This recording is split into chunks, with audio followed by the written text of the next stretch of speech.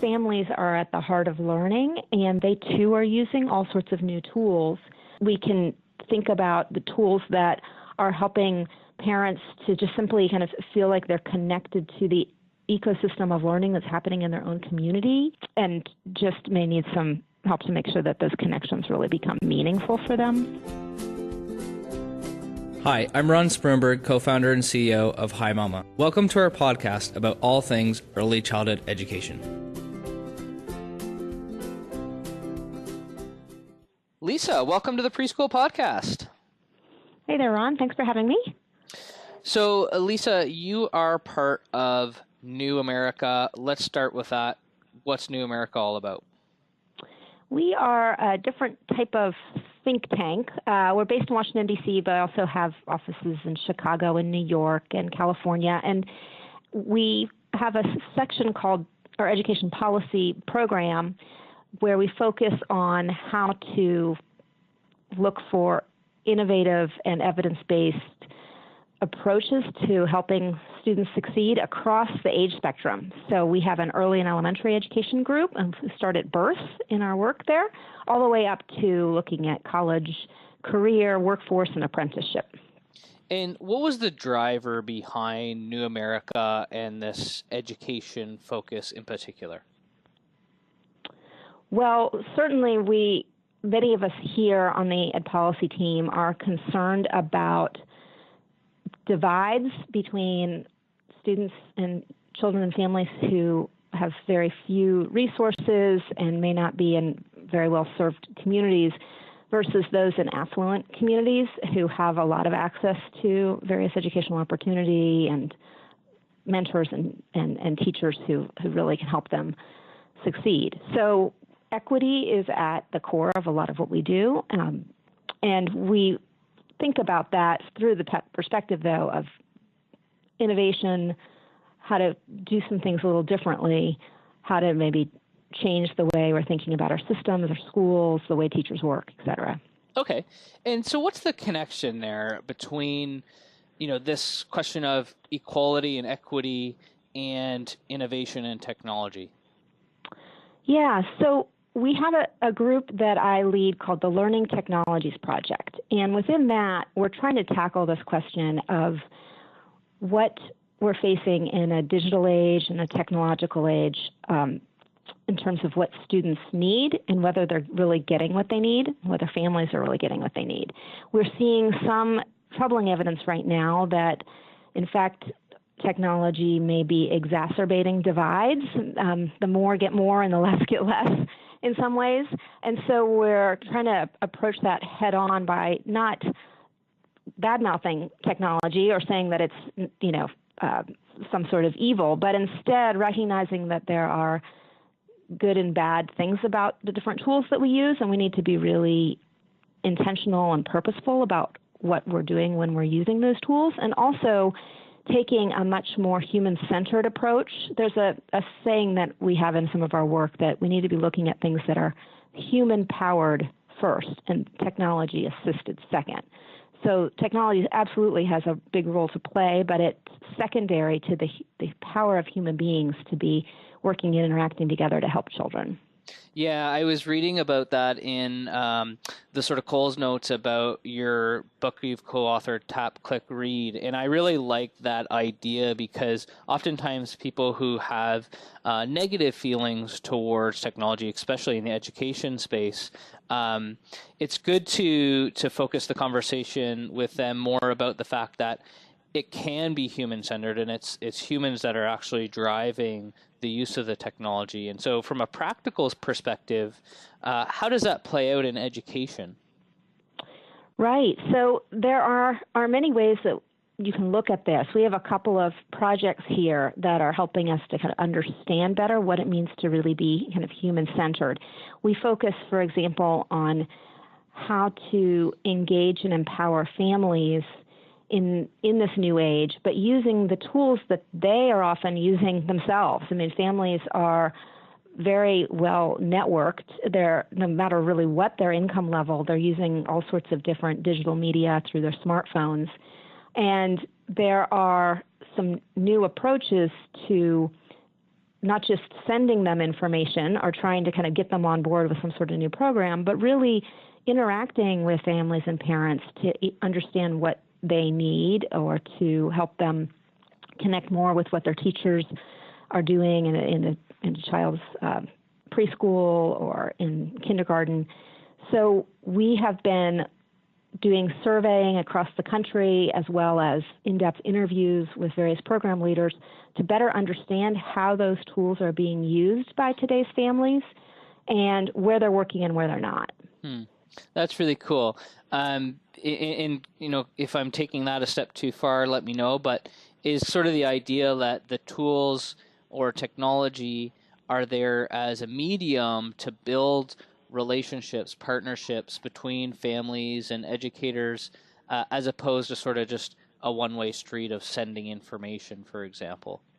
Yes, you got it. That's right. Relationship building is really at the core of a lot of this. So we've seen, for example, some neat projects coming out of, well, let me give you just one example. In Pittsburgh, there's a project called Message from Me, which uses video as well as apps and different ways to connect with families through their smartphones.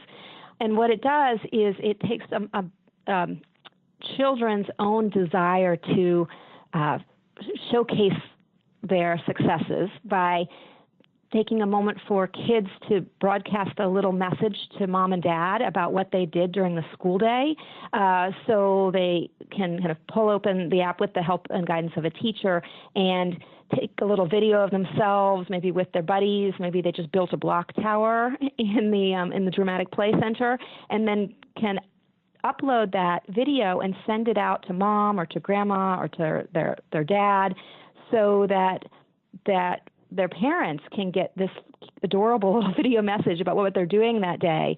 We've heard from from teachers that parents love this because they feel much more connected to what happened during the school day, but they're also seeing their children's own excitement come through these videos because the kids are the ones who are there on screen. It's their excitement, it's their voice, it's them saying, "Oh, and I want to really want to have a play date with Billy today." It's those moments that the kids and the parents and the teachers get really excited about. So that's, just one example of many different new approaches that we're seeing that are taking place out there. That's cool. And I think there's also evidence to say that when children reflect on, things they've done, certain learning activities or things that were taken out in the classroom, if they talk about those things, that's actually beneficial for their development as well. So there's even that aspect. And that's talking sort of about the human aspect. And while it's delivered through technology, there's all these other side benefits. Now, you talked a little bit about some information gathering you've done. I think I read that you did a family engagement survey, and this was part of a Early Learning in the Digital Age Toolkit project. Can you tell us a little bit more about what you learned through that? Yes. And in fact, it's really good timing to be talking about it because we're about to update this project. So in 2014-15, we sent out a survey across the country through many different channels to try to get a sense of what some of these new innovations were that we saw bubbling up out there around the country. We wanted to make sure we weren't just hearing about what someone had a friend had told us, but to really get a better sense of what was happening from Seattle all the way down to Florida and everything in between. And we plotted the answers to that survey on a map that's a free interactive map that you can use to go a little bit deeper. You can read profiles about each of those programs. You can find out what evidence they're collecting to determine whether their approach is really having a positive impact or not. In many cases, I should say that these are very new programs, and they're at the early stages of collecting evidence, and they recognize that. But we're trying to track who has some evidence that things are working, and what is that evidence, and what does it look like. So you can get all of that on this map that you can find at newamerica.org if you just search for Early Learning in the Digital Age. But we'll also be updating it with a new survey that we just opened this week that is available through our blog, and we'll be sending it through many other channels as well, and that's at edcentral.org. And that survey will update the profiles. There's about 37 different profiles on the map right now. We want to make sure that those programs are still running and operating and find out more about whatever evidence they are collecting. But we also want to put some of the new innovations on the map. We know that a lot has changed since 2015. So that survey will be open until the end of December, and we're excited to gather even more data from out in the field. Oh, that sounds very cool. I'm going to check that out myself. And would encourage listeners to as well. We love any programs where we're getting more information about what's happening out there and sharing that. So thank you for that. And taking a closer look at early childhood education, what is the feeling your feeling personally or at New America about where we're at right now with education levels and resources about technology and digital tools in early childhood education? Well, we are at a place where things are really spotty and uneven in the way various approaches are applied. But the good news is that there's a real desire on the part of educators to learn more and to be thinking about their use of tools in developmentally informed ways, so that they're not just sticking an iPad in front of a kid and it's basically the equivalent of flashcards and the child has like really no interaction. I mean, that's what we want to avoid. We don't want to use technology to make things even more impersonal for children and even less connected to the real life learnings that they can have. Yeah. So there's a real realization of this that I've seen in interviews with early educators around the country and in the various forums that I go to, where folks are not they're not shunning technology anymore. They recognize there may be a place for it, but they want to really think hard about how to use it well. And that means that sometimes you don't use it. Sometimes you really recognize that the face-to-face interaction at that moment is the most important, but in other times you do. There's some guidance that's come from research that can be helpful in this space, and I call it, I boil it down to the 3 C's. That the research is showing us that the content really matters, the context really matters, and the individual child really matters. Content, context, and child. And when you take that framework and then apply it to the decisions you're making about how to use tools with young children, you can kind of go a little bit deeper and ask yourself, okay, is this content appropriate for a 4-year-old? Is it helping me engage with them in new ways? Is it getting them excited about learning? Are we having moments of real conversation? Are there moments that can transfer to the playground, to the field trip that we go to the pumpkin patch, et cetera? And then certainly the context is incredibly important, and research continues to pile up showing how much it helps children to have both peers and teachers with them as they're navigating through new digital media experiences, and to really kind of talk out loud about what they're seeing, and to really work together and do some joint learning together. And then the individual child piece, that is incredibly important and yet is one of the most under-researched. We have everything from children who may be on the autism spectrum, to children who have experienced trauma, to children who are experiencing maybe 2 or 3 different languages that they're all trying to learn at the same time. And the needs of those children are going to be different. The needs for their families are going to be different. So it really, that goes back to the human power piece of this. We have to really connect with those children and their parents to understand what they really need and to tune into those kids. Yeah, that actually sounds like a really useful framework and very simple. The content, context, child, and putting that framework around how we're going to use the technology.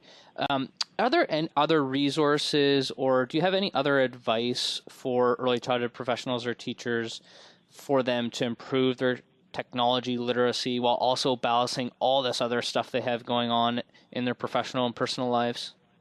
Yes, it can totally feel overwhelming. I get it. In my professional life, it feels overwhelming.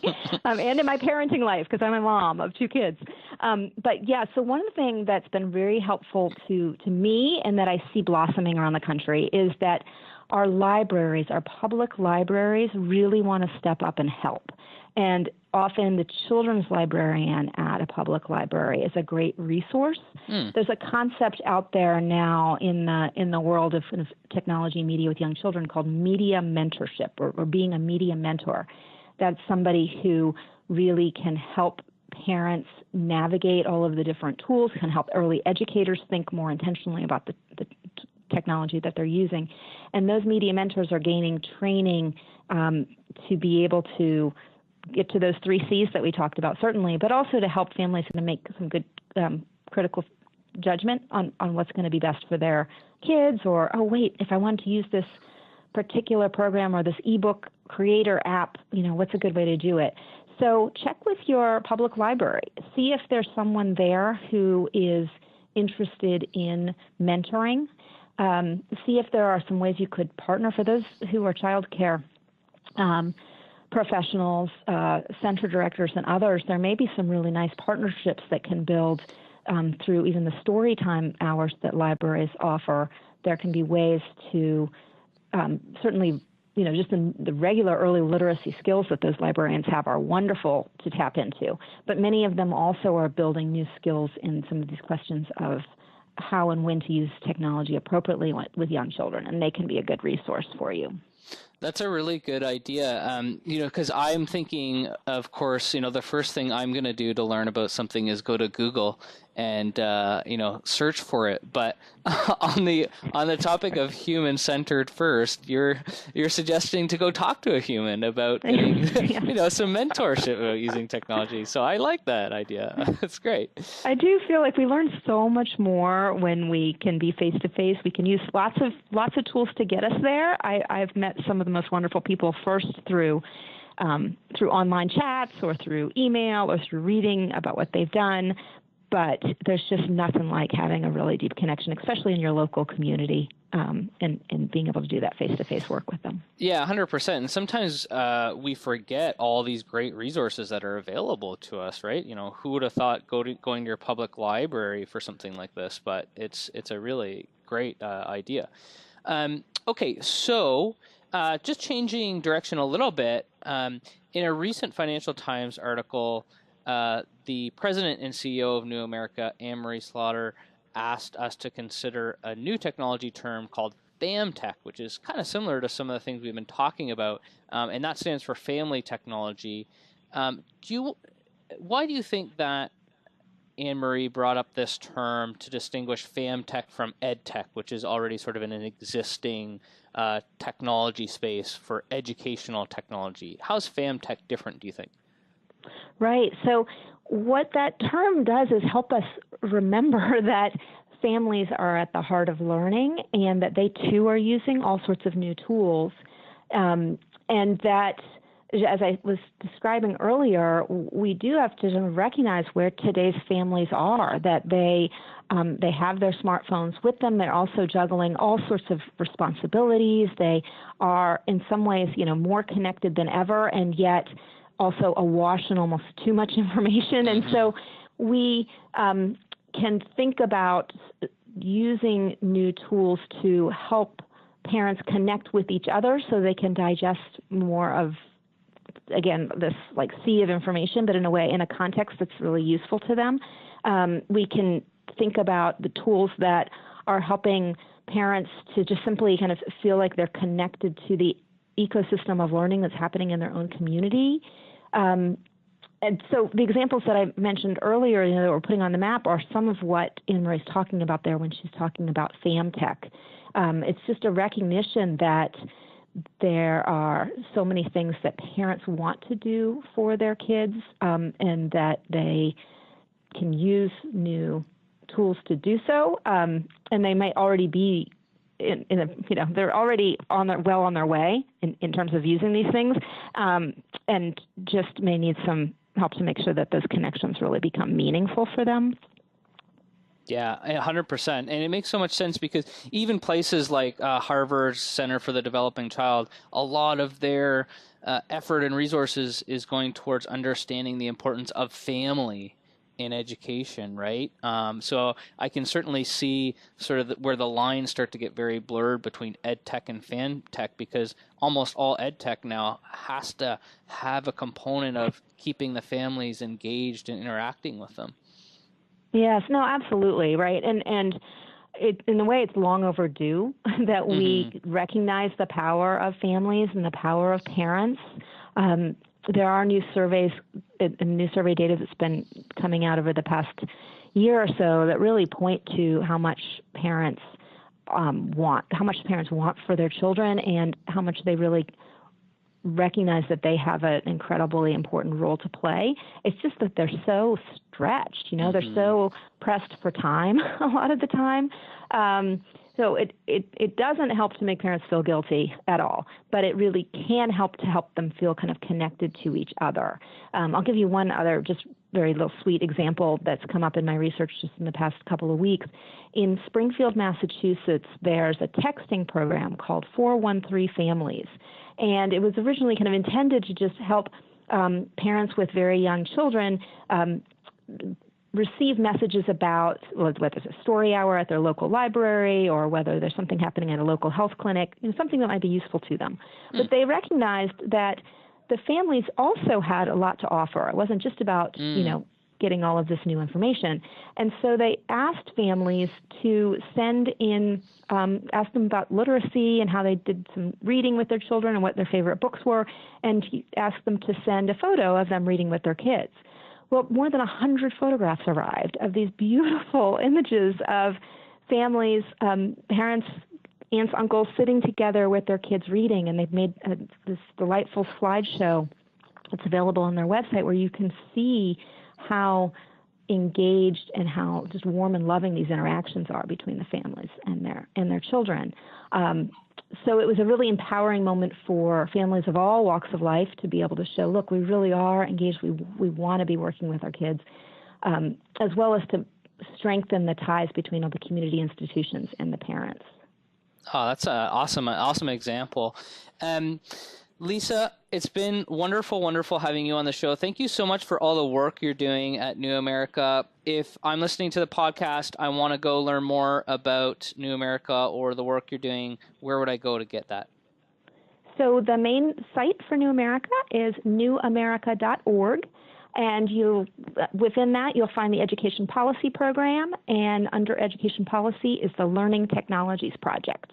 And a lot of what we talked about today will be available through that. So thank you so much, Ron. Thank you. Glad to have been on the show. Thank you, Lisa. It's been really exciting, all the stuff that's happening in this space, and thanks for coming on the show.